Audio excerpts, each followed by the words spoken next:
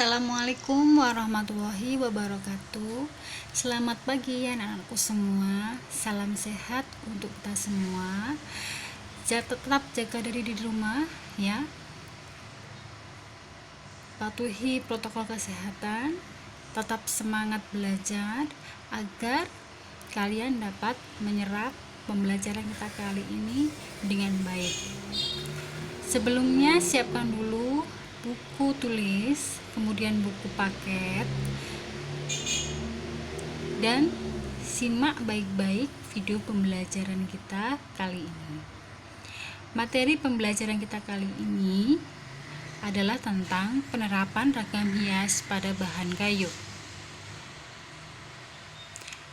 Tujuan pembelajaran kita kali ini adalah mengidentifikasi keunikan beragam penerapan ragam hias pada bahan kayu, mendeskripsikan keunikan keragaman penerapan ragam hias pada bahan kayu, mengekspresikan diri melalui penerapan ragam hias flora, fauna, dan atau geometris pada bahan kayu, mengkomunikasikan hasil karya penerapan ragam hias flora, fauna, dan atau geometris pada bahan kayu secara lisan. Nah, penerapan ragam hias pada bahan kayu sebenarnya sudah banyak dijumpai di daerah di seluruh Indonesia. Jadi setiap ragam hias itu memiliki keunikan dan ciri khas sendiri-sendiri. Jadi setiap daerah itu memiliki ragam hias dengan ciri khas masing-masing. Beberapa daerah di Indonesia yang kaya akan ragam hias banyak kita jumpai di Jawa, Kalimantan, Bali, Sulawesi, dan Papua. Fungsi dan motif ragam hias. Fungsi ragam hias ada 3. Yang pertama adalah fungsi estetis, yang kedua adalah fungsi praktis, yang ketiga adalah fungsi simbol atau makna. Yang pertama, fungsi estetis adalah ragam hias digunakan murni untuk menambah keindahan. Jadi yang dimaksud di sini adalah ragam hias itu hanya difungsikan atau hanya digunakan untuk dinikmati keindahannya saja. Contoh, ragam hias yang hanya dijadikan sebagai pajangan di rumah. Kemudian fungsi praktis itu selain menambah keindahan, fungsi ini juga bisa mempunyai nilai guna atau nilai pakai. Jadi ada 2, fungsi keindahan dan juga fungsi pakai. Itu namanya fungsi praktis. Jadi selain dinikmati keindahannya saja, ragam hias itu juga digunakan di kehidupan kita sehari-hari. Itu namanya fungsi praktis. Kemudian ada fungsi ragam hias, yaitu fungsi simbol atau makna. Nah, di sini ragam hias itu digunakan mempunyai makna dan atau arti tersendiri bagi daerah tersebut. Jadi ragam hias itu dibuat atau digunakan karena ragam hias itu memiliki makna atau arti tersendiri bagi daerah tersebut. Nah, coba amati gambar berikut ini. Kedua gambar tersebut merupakan gambar ragam hias apa? Ayo, gambar ragam hias flora, fauna, geometris, ataukah figuratif? Oke, kedua gambar tersebut adalah ragam hias geometris. Untuk gambar A itu adalah motif yang ada di Pulau Jawa. Gambar pada motif B juga gambar yang ada di Pulau Jawa, motif yang ada di Pulau Jawa. Gambar A dan gambar B sama-sama merupakan motif geometris yang ada di Pulau Jawa. Tetapi jika kita lihat dari fungsi simbolisnya, maka kedua gambar tersebut memiliki fungsi yang berbeda dari segi makna atau simbolis. Kawung, motif kawung atau pada gambar A. Motif kawung itu sendiri di dalam bahasa Jawa itu berarti pohon aren atau kolang-kaling, begitu ya. Nah, motif kawung ini memiliki arti tersendiri bagi daerah di Pulau Jawa. Menggambarkan apa motif kawung ini? Motif kawung ini ditafsir sebagai gambar bunga lotus atau teratai dengan 4 lembar mahkota bunga yang merekah. Nah, lotus adalah bunga yang melambangkan umur panjang dan kesucian. Kemudian untuk motif parang yang pada gambar B, motif parang itu merupakan motif batik yang paling tua di Indonesia loh, anak-anak. Jadi motif parang itu merupakan motif garis menurun dari tinggi ke rendah secara diagonal. Nah, motif parang ini kalau kalian perhatikan itu seperti susunan huruf S ya. Susunan huruf S yang saling jalin menjalin dan tidak terputus. Jadi motif parang ini bisa diartikan atau bisa ditafsir untuk melambangkan kesinambungan. Kemudian bisa juga melambangkan semangat yang tidak pernah padam, begitu ya. Nah, motif parang ini itu sudah ada sejak zaman Keraton Mataram Kartasura, gitu. Nah, di dalam filosofinya tadi ya, batik parang ini memiliki makna tidak pernah menyerah, kemudian tidak pernah berhenti bergerak, kemudian tidak pernah putus asa, begitu.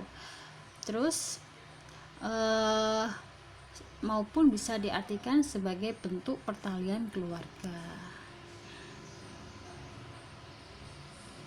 Nah, selanjutnya penerapan ragam hias pada bahan kayu dapat dijumpai pada benda-benda berikut. Ini benda-benda ini bisa kita jumpai di kehidupan kita sehari-hari ya, seperti kursi. Nah, di rumah siapa yang memiliki kursi dari kayu yang ada motif atau ragam hiasnya? Kemudian yang kedua, tempat tidur yang dari kayu.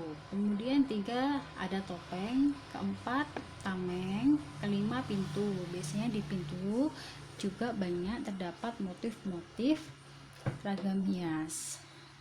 Terus kemudian ada jendela dan masih banyak lagi. Nah, perhatikan gambar berikut ini. Ini merupakan contoh ragam hias estetis ya. Contoh ragam hias estetis ini, kenapa kok disebut ragam hias estetis? Tadi sudah Bu Funda jelaskan bahwasanya ragam hias estetis ini hanya mementingkan nilai keindahannya saja. Jadi ragam hias ini biasanya difungsikan hanya untuk pajangan dinding atau pajangan di sudut-sudut ruangan. Selanjutnya, contoh ragam hias praktis. Ragam hias praktis tadi selain mementingkan nilai keindahannya, ragam hias praktis juga dapat digunakan di dalam kehidupan sehari-hari atau memiliki nilai fungsi. Contoh pada gambar 1, ragam hias itu diterapkan pada pintu ya. Pada gambar kedua, ragam hias itu diterapkan pada cermin. Pintu dan cermin bisa digunakan di kehidupan kita sehari-hari ya. Cermin untuk berkaca, untuk berhias, kemudian pintu adalah sarana kita untuk keluar dan masuk ke dalam rumah. Nah, ini merupakan contoh ragam hias simbolis. Adakah yang tahu gambar apakah itu? Oke. Ragam hias di sini berasal dari suku Batak Toba. Mungkin ada yang pernah melihatnya. Ragam hias ini disebut sebagai gurga. Gurga ini merupakan ragam hias dari masyarakat Batak Toba. Nah, gurga ini biasanya sering dijumpai pada dinding, pustaka, sarkofagus ya. Dan mungkin bisa dijumpai pula pada pintu dan lain sebagainya. Misalnya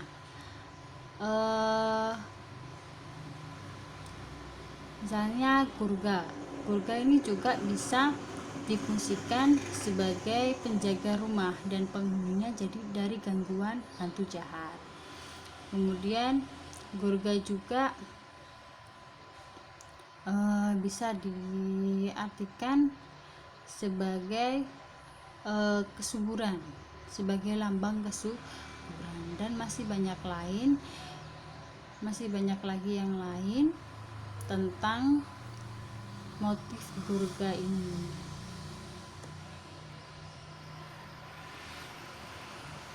Nah, selanjutnya penampakan ragam hias pada bahan kayu. Seperti yang sudah kita bahas di pembelajaran sebelumnya, bahwasanya motif ragam hias itu yang wajib diketahui itu ada 4: motif geometris, tumbuhan, kemudian hewan, dan figuratif. Kemudian teknik penerapan ragam hias pada bahan kayu bisa kita gunakan dengan 2 macam cara.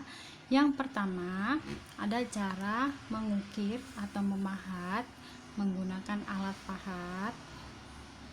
Kemudian bisa juga kita gunakan dengan cara melukis menggunakan alat lukis atau kuas. Nah, anak-anak, untuk memahat itu artinya kita membuat motif cembung atau cekung, dan alat yang digunakan adalah menggunakan pahat khusus kayu, karena jenis-jenis pahat itu sangat banyak sekali. Kemudian untuk melukisnya kita bisa memakai cat, atau kita juga bisa memakai spidol dan lain sebagainya begitu. Nah, sampai di sini semoga kalian memahami apa yang Bu Finda sampaikan. Silahkan tulis di buku tulis rangkuman dari materi kita kali ini. Nanti akan saya cek di kelas masing-masing. Semoga kalian selalu sehat dan semangat belajar. Sampai ketemu di pembelajaran kita selanjutnya. Saya akhiri. Wassalamualaikum warahmatullahi wabarakatuh.